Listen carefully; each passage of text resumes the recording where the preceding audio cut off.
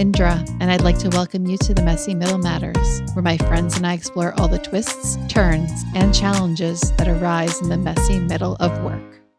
Hey, everyone. Today, we're going to be talking about one of the more challenging situations that you find yourself in at work, which is where the demands of the business don't always line up with human behaviors. What I'm thinking about when I say that is like the moment when a leader asks a team to do something and the team is like, "You want us to do what?" Like, not the thing that's too hard. It's like, "Are you going to be kidding me? Like, that's crazy." So, it's not in these scenarios, it's not that the team doesn't care about the business. It's not that they don't care about the product. It's just that the system that is being created or the system that they live in is not considering their human behavior. So we'll dig into real examples. But before we do that, I want to introduce Amanda. Welcome back. Welcome back. You're with me Hello. today, and I'm sure you have plenty to talk about on this one. Yeah, I've definitely experienced this. It's that moment where the business or, someone on the leadership team is asking, say, the whole company to follow this brand new multi step process. And everyone's like, wait, one, what? And two, do I have to? Why? What? Yeah. What? I think that the easiest one for us to start with is it's a classic example that people both on the agency side or in-house or, you know, a lot of folks can relate to, not everyone, but a lot of folks can relate to, is the request for team members to enter their time, not like hours clocked at work, but hours clocked against specific projects at work. Yeah, I've actually dealt with this at a few jobs where, the someone on the leadership team wants the teams to start logging their time against certain projects. Mhm. And the reaction every time has been, I'm not doing that. I'm not doing that. Like, what? You don't trust us? Like, this feels like surveillance, right? It really does. Like, even when you're on, like, the agency side and you know full well that you need to enter in your hours worked so that all the billing, all the revenue recognition, all the stuff that needs to happen, figuring out all the accounting things they need to worry about, whatever, that, in your role, you're like, "That's fine." Um, you understand that that pays the bills, but it still feels so like, "But why?" Like, do I Yeah. I have mean, to? Like, this feels so tedious. I don't remember what I did today, let alone yesterday. Come on, I man. mean, right. Like, and that's the feeling, right? Like, and honestly, that particular process, the time tracking process, the Yeah. time logging process is such a drag. Like, Yeah. no matter where you are and how much a company tries to streamline it, it's still a drag. It's really hard. And it's one of those things that can be really complicated. So let's go into, so I did mention a little bit about the agency side of things, but not everyone can relate to that one as much. The one that I think that enough folks or more folks might be able to relate to, because I think the agency side translates into this one, is when software engineering teams are being asked to book their work, right? There's a bunch of different reasons that this happens, and usually it has everything to do with accounting and budgets. And yes, the company wants to understand. Part of it can be the company wants to understand how much time their staff members are working on project platform A, platform B, platform C, to understand where the labor is. That's actually good to know. So, like, are we over investing time into a product that does not make us money or help us stay stable as an organization? That's a good data point to know, right? But the one that's much more challenging to explain because it requires more rigor is capitalizable labor. So this is where everyone who knows anything about accounting needs to sort of stick their fingers in their ears and go la la la la la, because this is going to be accounting according to Indra, and specifically on capitalizable labor. So um this will be actually useful for everyone to understand. So, and like I do the for dummies because Indra, when in this topic, I consider myself. I rarely talk about myself in third person unless it's something like this.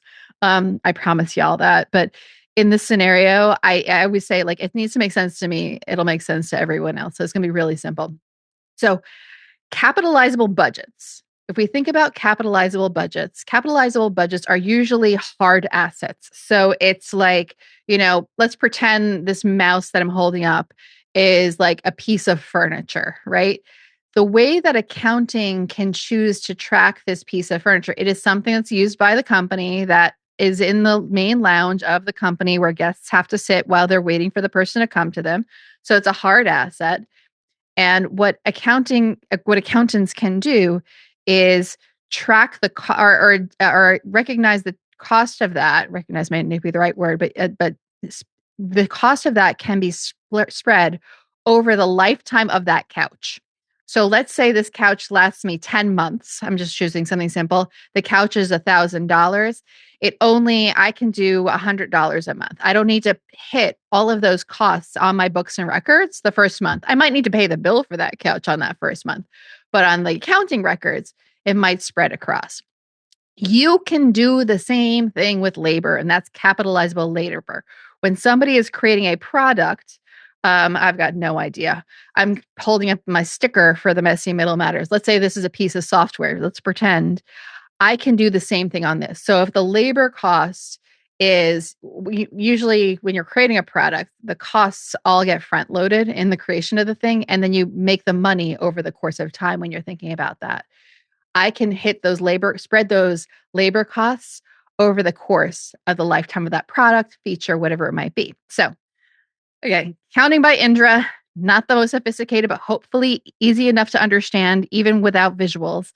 And when an accounting team wants to capitalize labor, they need the software engineers to track their time against not just the platform, but the feature inside the platform. And everyone goes, I've done this at multiple companies. The software engineers like, why are you making me do this? This is so this is so that. And yes, it is annoying.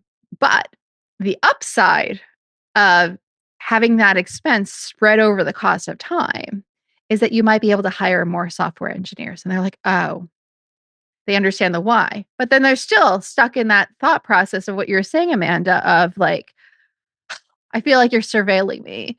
Why do all of us have to do this in this sort of way? This is so hard. And then I've got solutions around that. But like, even if you've done that and if you explain to them the why, if you're making them all fill out 15-minute increment time tracking reports as if they were attorneys, no, no, not good. Yeah.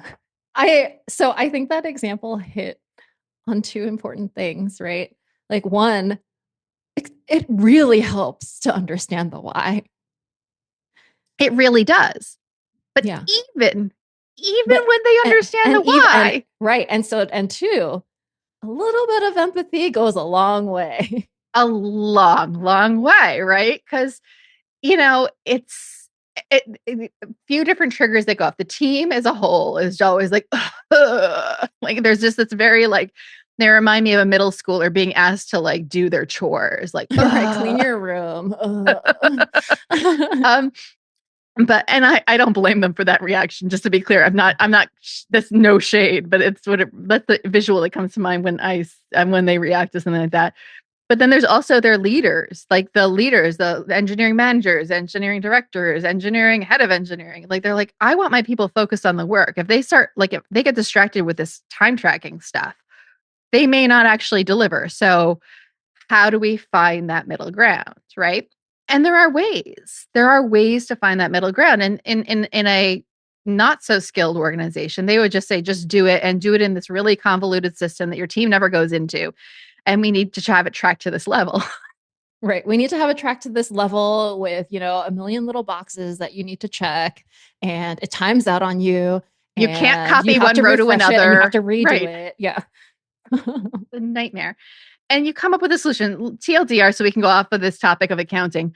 But like the solution that I usually come up with is I, as a person who supports an engineering team in these scenarios. Or sometimes I've had it for design too. You can capitalize design labor too. But I go to accounting and I say, what are your requirements? Like, what do you Mhm. need? How do you need it? What specificity? What are the like? What are your accounting principles that we need to comply by? Great, fantastic.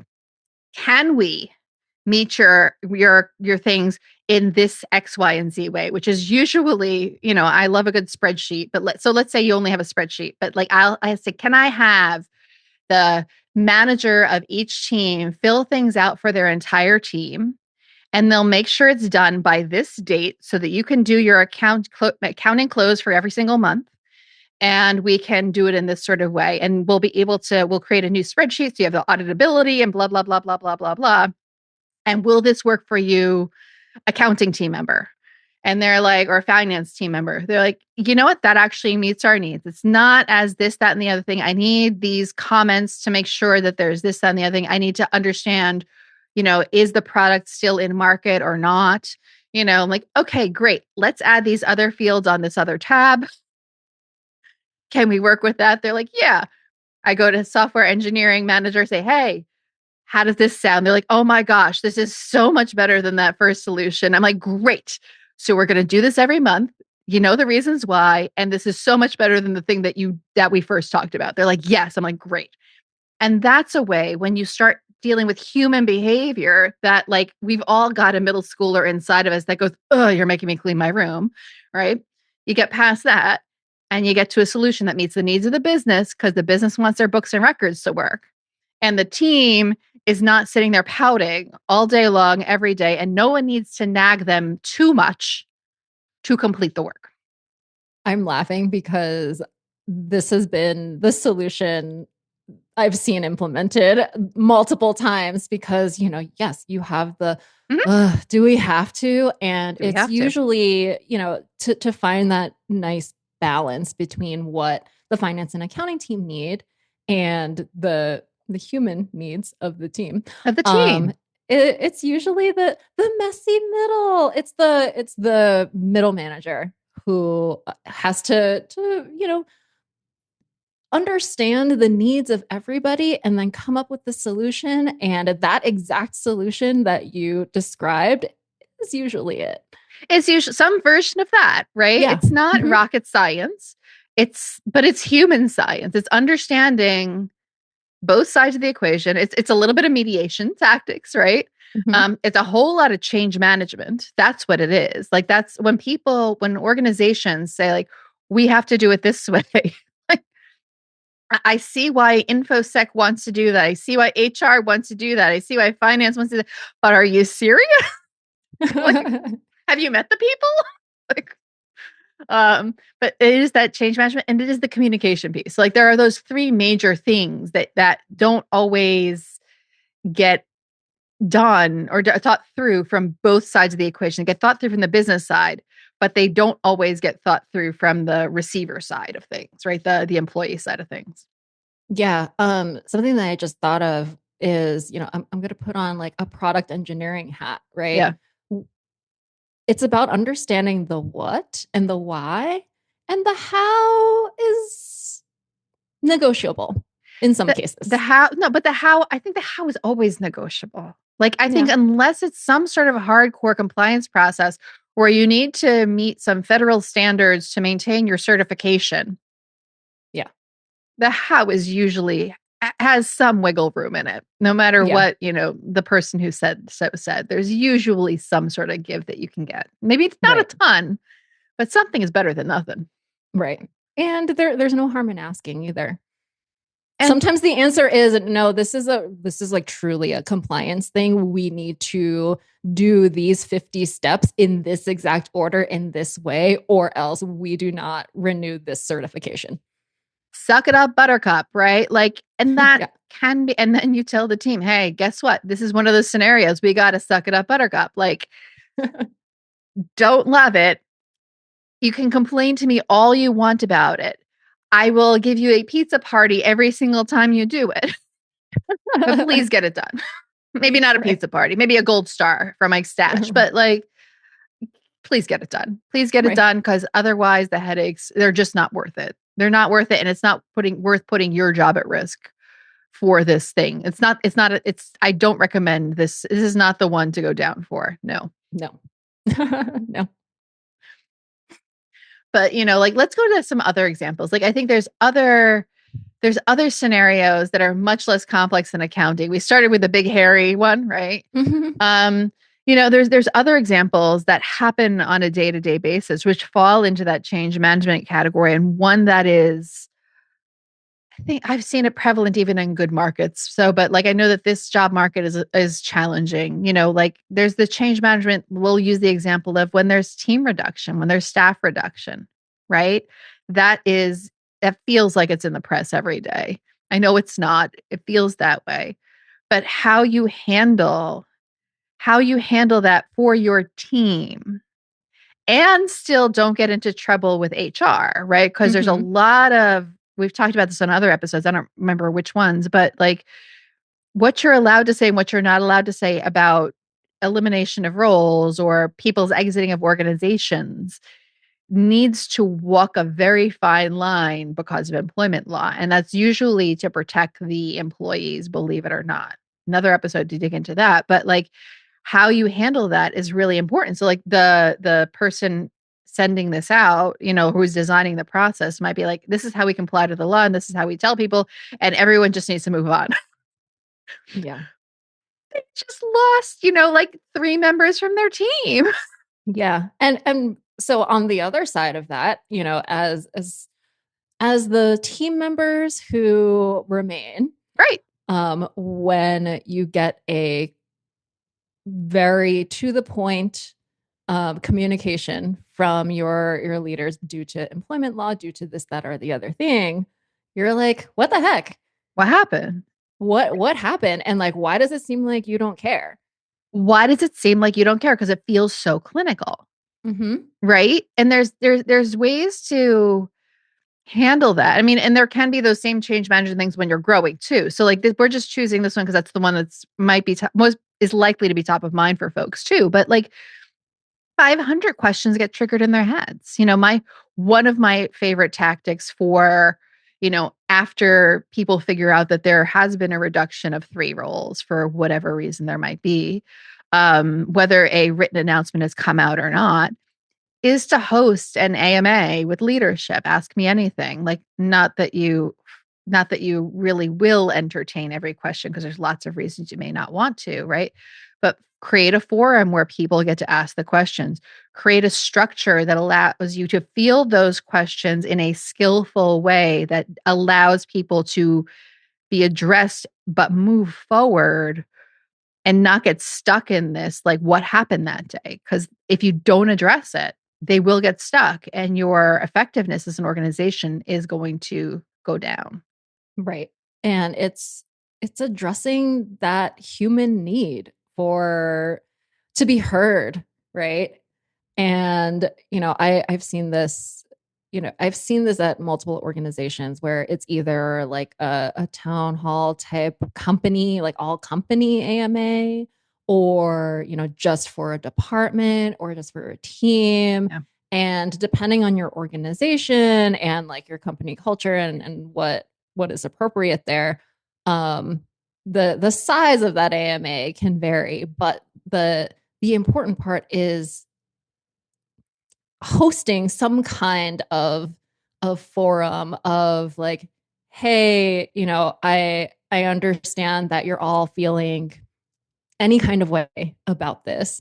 I want to let you all know that we hear you. We're happy to um, collect and address any questions or concerns you may have, and give people the opportunity, as opposed to blanket statement, this thing happened, all right, let's continue working on all of our projects. Have a great day, everyone. Yeah, I think that's the ideal state. I mean, not every organization will allow for that. Not every organization will afford that, right? Yeah. But so there's other tactics. So let's say you're in an organization that just like is like moving on. and you're standing amongst your colleagues. Like, let's say you're not a people manager. Let's say you're just a member, like a regular member of the team. And that's not a disparaging comment. It's just to understand like authority, right? Like levels, right? What you can do. I mean, I've done this. Like I was in an organization, we had layoffs. They didn't really make sense, but whatever. Um, and I went out and bought donuts for the team. And I said, and they're like, and I made sure I'm like, we're not celebrating that our friends are no longer here. We're eating our feelings. And so like the way that I would do, These are empathy I donuts. walked around with the donut, like, would you like to eat your feelings today? Would you like to eat your feelings today? And it made my colleagues feel seen. It recognized this moment that we're in, even though I could give no knowledge, I could give no, like, I had nothing to share other than finding a way to be like, I see you, you're not crazy, you're living through this. Would you like a donut? I'm not saying that eating your feelings is the healthiest thing on earth. That was the tactic that I went for in this particular scenario. But it sort of, it took the edge off of just a little, took the edge off the situation that everyone was going through because it felt like whiplash to everyone. They're like, what happened? What happened and why did it happen? No answers, but here's a donut. Like Right, no I, answers. Here's a donut. Here's some I'm eating coffee. my Let's go out to feelings. lunch. Let's go for a walk. Totally. And there's ways of navigating these things that also, so when it does come down where, like, let's say you do wind up in that first example with, you need to log your time in 15-minute increments, like whatever, form a support group. And like all you do is complain about time cards, but you all fill out the time cards together in the support group as you're like complaining about it. Fine. That's Yeah. another way to do it, right? There's ways to make these disconnects between the ask of the organization and the reality of the people less severe. Yeah, for sure. And I think from a team member perspective, from the teenager who doesn't want to clean his room Yeah. perspective, right? Instead of just being like, "Oh, this is stupid. This sucks." I think being more specific is also helpful, right? Like, Mm. oh, this step takes half an hour more than it really should. And here's why. It's because look, every time I do it, and if I take a Mm. little too long, it times out and I need to do it again. I think It's yeah. helpful feedback as opposed to just being seen as complaining. 100. I love that idea. I love that idea. Explaining why you have discontent. Mhm. Even if you don't have the solution, say, hey, this is going to take an hour every single day. And it's one less hour that I'm coding. Yeah, Just so that we're all clear. How do I log that time? right. How do I log the time spent on logging the time? It's a great question. It's a Mhm. great question. But that's a different, I love that. I love that. I love that. I love that. So it's never really easy, but I think it's just really, these solutions. I've given a few examples from my life. Amanda's given some from hers. The reality of it is that there is no one size fits all. These scenarios are going to pop up on the regular in really unexpected places.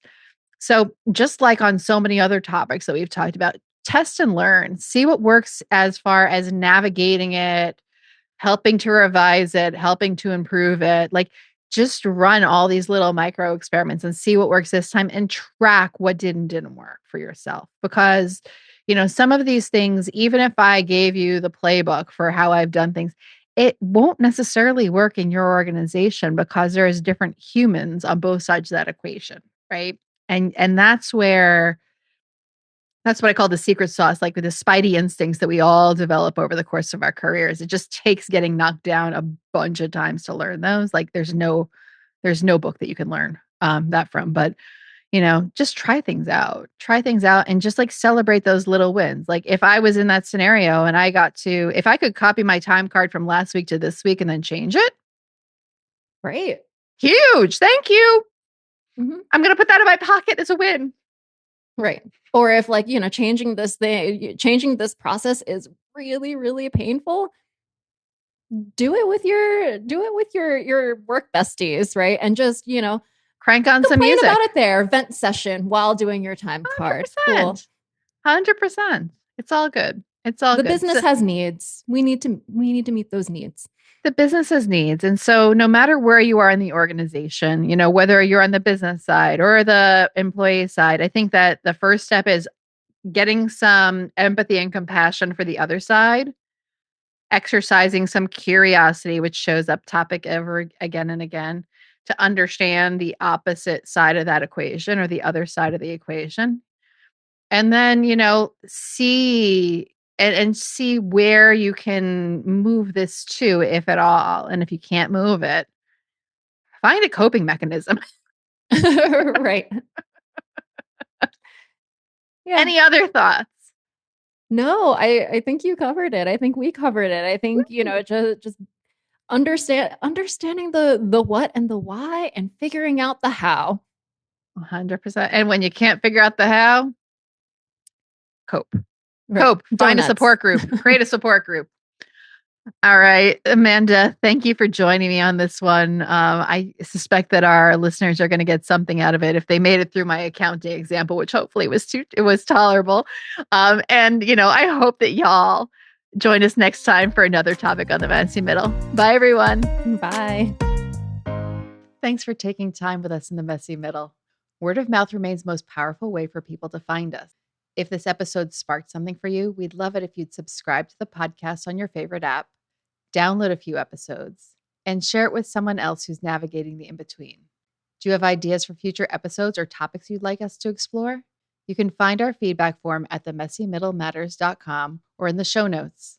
Thank you for joining us on this journey. This work is better when we do it together. Until next time.